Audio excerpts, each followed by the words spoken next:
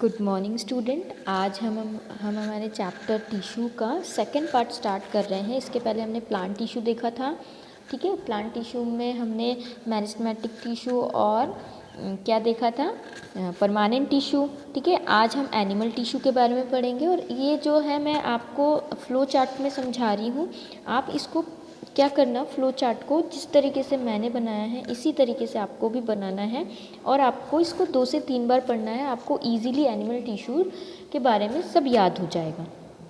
ठीक है, तो यहाँ पे सबसे पहले देखो, एनिमल टिश्यू को फर्दर 4 पार्ट्स में डिवाइड किया गया है। Epithelial tissue, connective tissue, muscle tissue और नर्व टिश्यू। ठीक है, हम एपिथेलियल टिश्यू को देखते हैं। Cells that cover surface. Epithelial tissue क्या होता है, जो ऐसे सेल्स दो सरफेस को कवर कर रहे हैं। ठीक है, जैसे हमारी स्किन, ये क्या हो गया हमारे लिए एपिथेलियल टिश्यू। ठीक है, आउटर कवरिंग प्रोटेक्टिंग लेयर क्या होता है, ये क्या काम करता है, हमारे आउटर कवरिंग को प्रोटेक्टिव, मतलब एक तो आउटर कवरिंग होता है और हमारे प्रोटेक्टिव लेयर, मतलब एक प्रोटेक्शन के साथ वो लेयर के फॉर्म में रहता है ताकि हमारे इंटरनल बॉडी या इंटरनल ऑर्गन्स क्या हो, प्रोटेक्ट रहे। ठीक है, तो एपिथेलियल टिश्यू को फर्दर क्या किया गया है, डिवाइड किया गया है। Simple squamous epithelium, columnar epithelium, cuboidal epithelium, ciliated squamous, stratified squamous और ग्लैंड स्क्वैमस। ठीक है, तो इनको हम डिटेल में पढ़ते हैं। आप सामने आपकी बुक ओपन करके रखना और उसमें आप एक एक टिश्यूज़ के डायग्राम को देखते हुए जाना। ठीक है, तो यहाँ पे सबसे पहले मैं बताती हूँ, सिंपल स्क्वैमस एपिथेलियम क्या होता है, एक flat thin forming delicate lining, मतलब जैसे नोज़ और ब्लड वेसल्स, ये क्या करते हैं, सिंपल स्क्वैमस एपिथेलियम की हमारी जो नोज़ होती है, नोज़ के अंदर जो लेयर होती है, परत होती है, वो कितनी पतली और कितनी मतलब सॉफ्ट होती है, मतलब आप अगर उसको खरोचो तो उसमें से ब्लड निकलने लग जाता है। उसी तरीके से जो ब्लड वेजल्स है वो कितनी थीन लेयर की ब्लड वेजल्स होती हैं। ठीक है, तो यहाँ पर सिंपल स्क्वैमस एपिथेलियल कहाँ पे पाया जाता है, आपकी नोज़ की लाइनिंग, मतलब कैसा होता है, सबसे पहले देखो फ्लैट होता है, थीन फॉर्मिंग होता है, एक डेलिकेट लाइनिंग होती है। ठीक है, कहाँ कहाँ पाया जाता है, नोज़ और ब्लड वेजल्स में। ठीक है, अब कॉलमनर एपिथेलियम, कॉलमनर एपिथेलियम को आप अगर आपकी बुक में देखो तो कॉलमनर एपिथेलियल आपको पिलर लाइक सेल्स दिखेंगे, मतलब ऐसे लंबे लंबे इस तरीके के सेल्स आपको दिखाई देंगे। ठीक है, तो ये क्या हो गया, पिलर लाइक सेल्स, और इसी को हम क्या कह रहे हैं, कॉलमनर एपिथेलियम। ठीक, ये कहाँ पे पाया जाता है, गॉल ब्लैडर, स्मॉल इंटेस्टाइन और स्टमक, मतलब जो गॉल ब्लैडर है उसकी जो लाइनिंग होगी, उसकी जो एपिथेलियल टिश्यू होगी वो कैसी होगी, कॉलमनर एपिथेलियम होगी, स्मॉल इंटेस्टाइन में होगी, और स्टमक के इंटरनल पार्ट में जो लेयर होती है, जो टिश्यू होती है एपिथेलियल टिश्यू, उसी को कॉलमनर एपिथेलियल टिश्यू कहा जाता है। ठीक है, क्यूबॉइडल एपिथेलियल। ठीक है, क्यूबॉइडल एपिथेलियम टिश्यू जब आप देखोगे तो ये क्यूब शेप के होते हैं। किस शेप के होते हैं, क्यूब शेप के होते हैं। आप आपकी बुक में भी देख सकते हो, क्यूब शेप्ड सेल्स होते हैं। ये कहाँ पे प्रेजेंट होता है, किडनी और ट्यूबुल्स में प्रेजेंट होता है। यहाँ पे जो एपिथेलियम टिश्यू होते हैं वो कौन से होते हैं, क्यूबॉइडल एपिथेलियम टिश्यू होते हैं। और हमें पता है कि एपिथेलियम टिश्यू का क्या काम होता है। ठीक है, देन हमारा है कॉलमनर हैविंग सीलिया, मतलब सीलिएटेड स्क्वैमस। जो सीलिएटेड स्क्वैमस है वो कॉलमनर जो होता है उसमें क्या होता है, एक सीलिया प्रेजेंट होता है, उसी को क्या कहा जाता है, सीलिएटेड स्क्वैमस। ये कहाँ पे होता है, ट्रैकी, ब्रोंकी, यहाँ पर ये क्या होता है, इस तरीके का, मतलब सीलिएटेड होता है, जो कि क्या करते हैं, ईजीली ट्रांसफ़र करते हैं। ठीक है, देन आपका stratified squamous, patterns of layer. Stratified क्या होता है, एक लेयर में आपको दिखाई देगा, लेयर फॉर्म में, ये इस तरीके से लेयर फॉर्म में बना हुआ होता है। ठीक है, उसी को हम क्या कह रहे हैं, स्ट्रैटिफाइड स्क्वैमस। इसका पैटर्न ऑफ लेयर होता है, इसका जो पैटर्न होता है। ठीक है, देन आपका क्या है, ग्लैंड स्क्वेमस क्या होता है? सीक्रेटेड सब्सटेंसेस, जो कि क्या सीक्रेट करता है? ग्लैंड या किसी पर्टिकुलर सब्सटेंस को क्या करता है? वो सीक्रेट करता है। ठीक है, तो ये तो आपका हो गया एपिथेलियम टिश्यू। तो फंक्शन ऑफ एपिथेलियम टिश्यू का क्या होता है? ये प्रोटेक्ट करता है। इन सबको आप ध्यान में रखना, इन सभी का काम क्या होता है? प्रोटेक्ट करना होता है। Absorption of water and nutrients is done by it.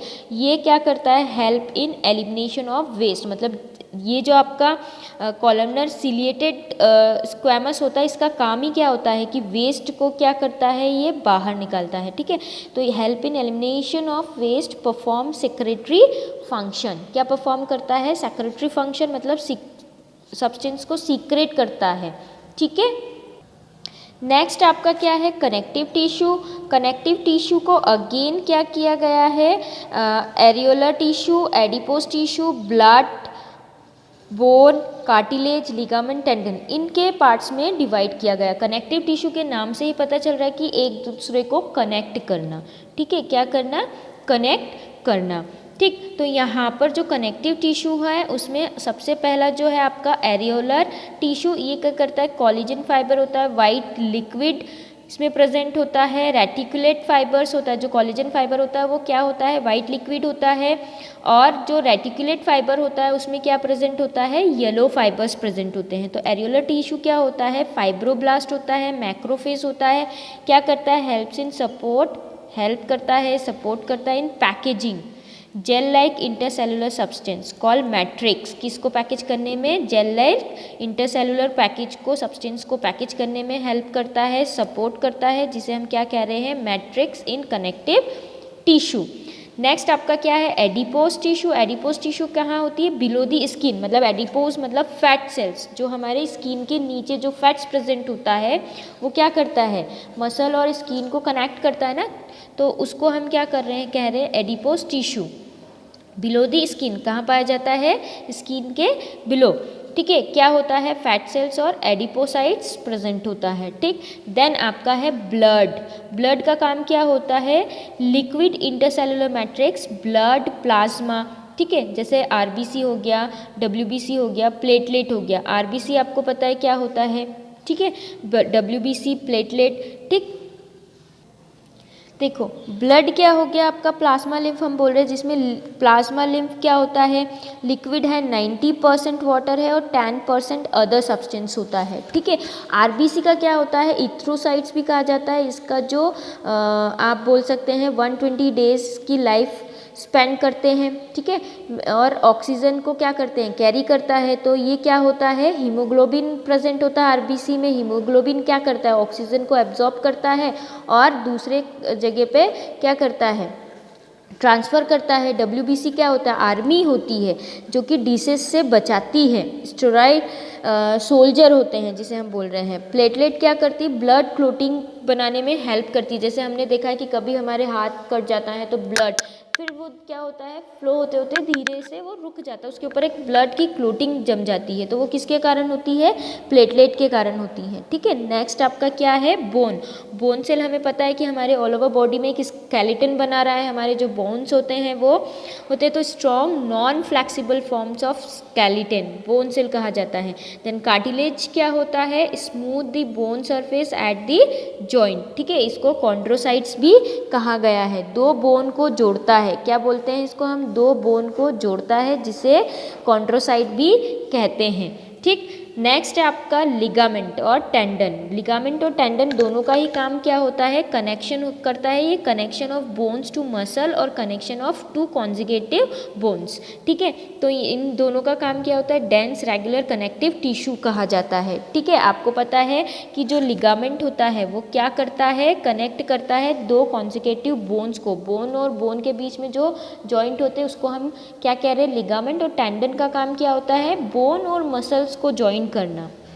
मैं ये सारी चीज़ें आपको फ्लो चार्ट के अकॉर्डिंग फ्लो चार्ट से समझा रही हूँ, ताकि आपको इजीली क्या हो, ये चीज़ें समझ में आए। और आप इस फ्लो चार्ट को बिल्कुल अपने नोटबुक में बना लीजिएगा।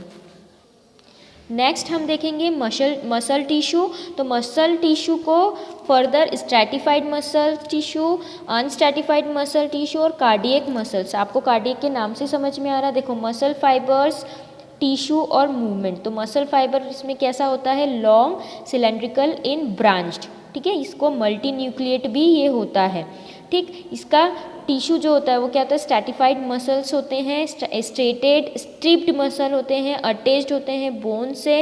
इनका काम क्या होता है, वॉलंटरी, मतलब अपने मर्जी से काम करता है। जैसे कि मैं बोलूँ कि अपनी मर्जी से काम करना, स्केलेटल मसल्स हो गया, लिम्ब हो गया, टंग हो गया, नेक हो गया, मतलब ये अपनी मर्जी से घूम फिर सकता है, ठीक है, झुक सकता है, कुछ चीज़ हम पकड़ सकते हैं, तो ये अपनी मर्जी से हो रहा है, मतलब वॉलंटरी होता है, ठीक है। और अनस्टेटेड मसल्स क्या होते हैं, इनका मसल फाइबर कैसा होता है, लॉन्ग होता है, स्पिंडल शेप्ड होता है, यूनी न्यूक्लिएट होता है, सिगार शेप्ड होता है, आपने सिगार देखा उसी के शेप का होता है। ये कैसा होता है, स्मूथ होता है, इनवॉलेंट्री वर्क करता है, अपनी मर्जी से नहीं करता है। जो मूवमेंट ऑफ फूड होता है एलिमेंट्री कैनल में, एक जगह से दूसरी जगह में ट्रांसफ़र करना, ठीक है, उसी किसका काम होता है, अनस्टेटेड मसल का काम होता है। देन कार्डियक मसल से आपको पता ही चल रहा है कि क्या होता है, तो इसके मसल फाइबर कह सकते हैं लॉन्ग होते हैं, सिलेंड्रिकल होते हैं, ब्रांच्ड होते हैं, यूनी न्यूक्लिएट होते हैं। ओनली इन हार्ट, कहाँ पे पाया जाता है, ओनली इन हार्ट में पाया जाता है। इनका वर्क भी क्या होता है, इनवॉलेंट्री होता है, रिदमिक होता है थ्रू आउट लाइफ। जब तक हम लाइफ, मतलब हमारी लाइफ प्रोसेस चल रही है, जब तक हम लाइफ हैं तब तक ये क्या करता है, वर्क करता है। हमारा हार्ट क्या होता है, बीट करता है ना, बीट करता है, तो ये कंटिन्यूअसली कॉन्ट्रैक्शन और रिलैक्सेशन का काम करता है, कहाँ पे, हार्ट में, ठीक है। अपने आप ये रिदमेटिक फॉर्म में थ्रू आउट रिदम करता रहता है, ठीक है। तो इसी को हम कहते हैं कार्डियक मसल। तो यहाँ पे अपना क्या हो गया, मसल टिश्यू। नेक्स्ट है हमारा नर्व टिश्यू। नर्व टिश्यू कहाँ पे होता है, हमारे brain, spinal cord and in the constitution of nerve, ठीक है। इसको सीएनएस भी बोला जाता है, सेंट्रल नर्वस सिस्टम भी बोला जाता है। इसका मेन यूनिट सेल होता है नर्व सेल। क्या होता है, main unit cell nerve cell, जिसको हमने कितने पार्ट्स में डिवाइड कर दिया है, सेल बॉडी और ब्रांच पार्ट में, ठीक है। तो ये जो हमारा होता है, ये क्या होता है, सेल बॉडी होता है और ये ब्रांच पार्ट होता है, ठीक है। तो यहाँ पे ब्रांच पार्ट आप देखो, सिंगल लॉन्ग पार्ट होता है, शॉर्ट ब्रांच पार्ट होता है, जिसे हम सिंगल लॉन्ग पार्ट को हम एक्सॉन कहते हैं, ब्रांच पार्ट को हम क्या कहते हैं, डेंड्राइट्स कहते हैं। आपके सामने डायग्राम दे रखा है, इसका क्या काम होता है, एक ब्रेन से हमारे बॉडी में मैसेज को ट्रांसफ़र करना और हमारी बॉडी से मैसेज को ब्रेन तक पहुंचाने का काम करता है, ठीक है। हमारी बॉडी में सबसे बड़ा सेल भी नर्व सेल को माना गया है। आप देख सकते हो कि ये क्या होगी, आपकी सेल बॉडी, जिसे हम साइटोन भी कहते हैं, जिसमें न्यूक्लियस प्रेजेंट है, इसे हम डेंड्राइट्स कहते हैं। ये कनेक्टिव रहता है, एक से दूसरे से के साथ कनेक्ट रहता है, ठीक है। यहाँ पे ये जो चीज़ है, इसको हम क्या कह रहे हैं, एक्सोन, क्या कहा जा रहा है, एक्सोन, नोड ऑफ रैनवायर भी कहा जाता है, ठीक है। और ये आपका क्या हो गया, नर्व एंडिंग, ठीक है। और नर्व एंडिंग के इन दोनों के बीच में, इनके बीच के गैप को हम क्या कह रहे हैं, साइनेप्स। क्या कहा जा रहा है, साइनेप्स। तो ये पूरा स्ट्रक्चर आपका क्या हो गया, स्ट्रक्चर ऑफ न्यूरॉन। फिर यहाँ से नर्व एंडिंग से फिर से डेंड्राइट्स बनते हैं और डेंड्राइट से सेल बॉडी बनती है, एक दूसरे के साथ इस तरीके से कनेक्टेड रहता है। तो यहीं पर हमारा चैप्टर ख़त्म होता है और इसका PDF मैं आपको नेक्स्ट डे सेंड कर दूँगी। Okay, thank you.